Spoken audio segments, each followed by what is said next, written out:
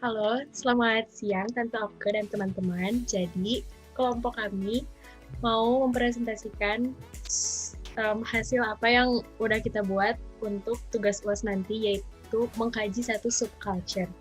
Nah, di kelompok kami sendiri itu ada Elki, lalu ada Chris, lalu ada Feren, ada Renata, saya sendiri, dan ada Yohanes. Nah, kelompok kami mengkaji satu subculture, yaitu komunitas basket yang pastinya udah nggak asing lagi, yaitu ITHB Eros Basketball. Nah, Eros ini sendiri memang komunitas yang dibawahi oleh ITHB, dan anak-anaknya sendiri yang ada dalam komunitas ini merupakan mahasiswa ITHB yang berprestasi khususnya dalam olahraga basket.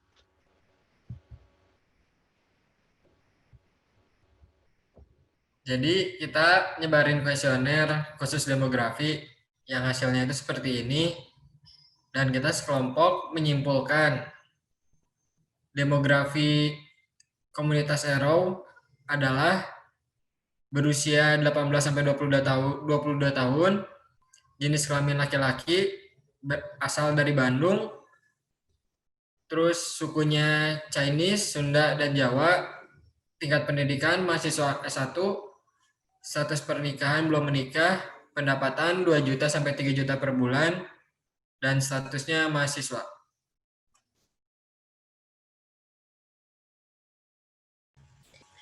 Nah, selain pertanyaan demografi, kita juga mempertanyakan beberapa pertanyaan buat tahu si kelompok ini tuh psikografinya seperti apa, dan berikut hasilnya. Ini juga pertanyaannya dan hasil-hasilnya.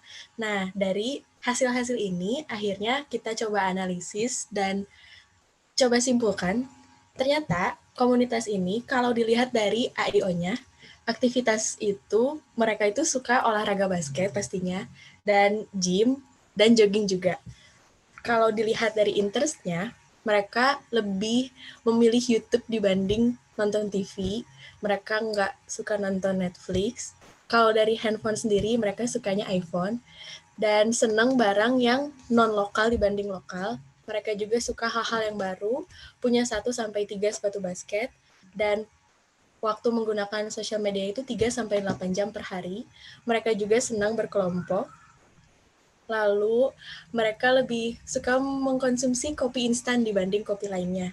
Nah, kalau dilihat dari opinionsnya, ternyata Eros ini tuh mereka memegang beberapa nilai, yaitu ada teamwork, ada komunikasi yang baik dan jelas, disiplin, terus komitmen, bertanggung jawab, dan harus memperhatikan setiap detail saat melakukan gerakan.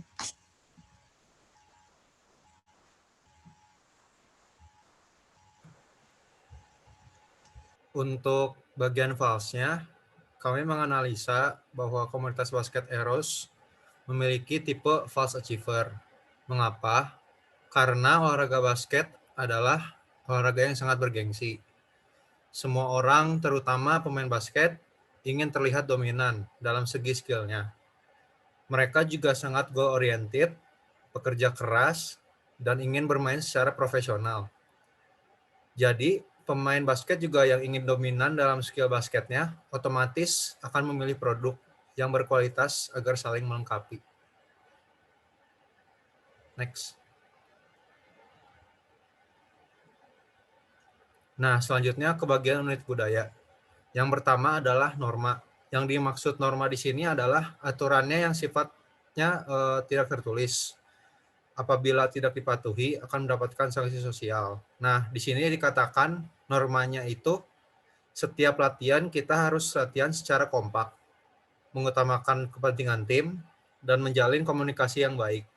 Kalau sampai salah satu dari norma ini tidak dijalankan, maka sanksi sosialnya kita akan mendapatkan yang bersifat teguran dari pelatih dan teman. Bahkan yang parahnya bisa dimarahi.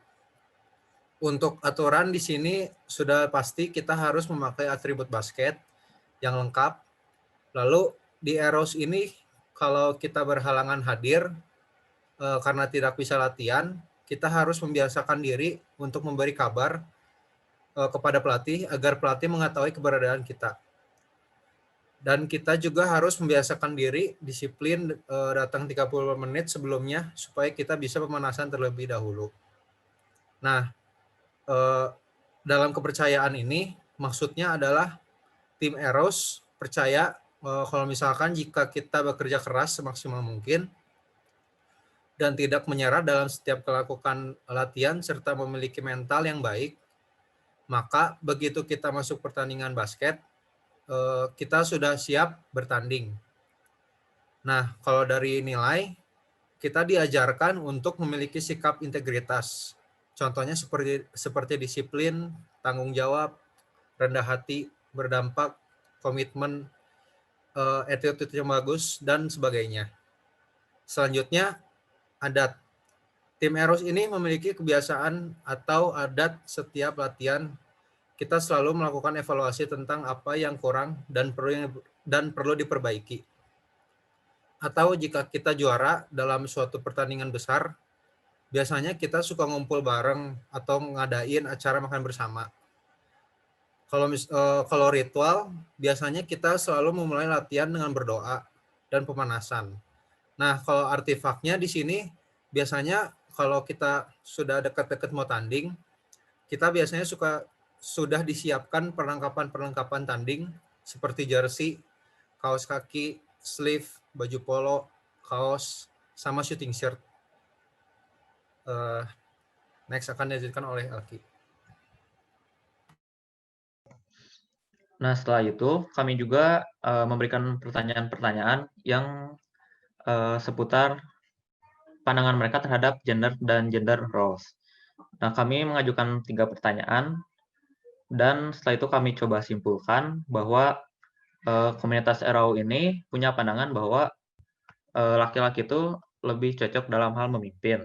Namun dalam hal beraktivitas sehari-hari, mereka tuh sudah lebih terbuka, seperti tidak memberi label wanita yang bermain basket tuh tomboy, ataupun mereka tuh bebas memilih perannya sendiri, baik itu seperti wanita karir maupun menjadi ibu rumah tangga. Selanjutnya, nah, kami juga menganalisa gaya hidup mereka setelah kita menemukan hasil dari demografi dan psikografinya. Kita tentukan bahwa gaya hidup mereka itu adalah diferensiasi. Kenapa? Karena komunitas basket itu dari dulu udah tersebar di mana-mana. Bahkan banyak juga kejuaraan basketnya di berbagai tingkat, mulai dari tingkat lokal sampai internasional. Dan dari dulu sampai sekarang cara bermainnya tuh terus diperbaharui, dan jadi sistem sekarang tuh lebih tersistematis dan lebih modern. Dan komunitas ITB RAU juga menerapkan gaya hidup yang sehat karena fokus pada berbagai latihan fisik. Latihan ini juga berguna untuk menunjang mereka dalam bermain basket. Nah, kesimpulan AYO-nya juga setelah yang dari kita bisa lihat di psikografi, aktivitasnya adalah bermain basket, hangout bersama, dan latihan fisik bersama. Untuk interest dari mereka sendiri itu, karena mereka bermain basket, mereka juga tentu mengidolakan pemain basket. Lalu senang mencoba hal yang baru, senang berkelompok, dan mengikuti news atau berita terbaru seputar dunia basket. Nah, opini dari mereka adalah harus memperhatikan detail pada saat melakukan setiap gerakan, mempercayai proses, lalu ada nilai kerja keras, disiplin, dan kerjasama.